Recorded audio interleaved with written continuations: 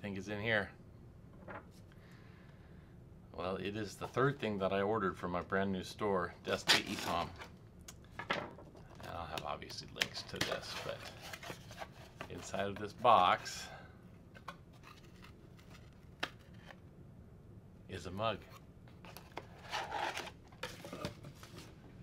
Oh, look at the colors.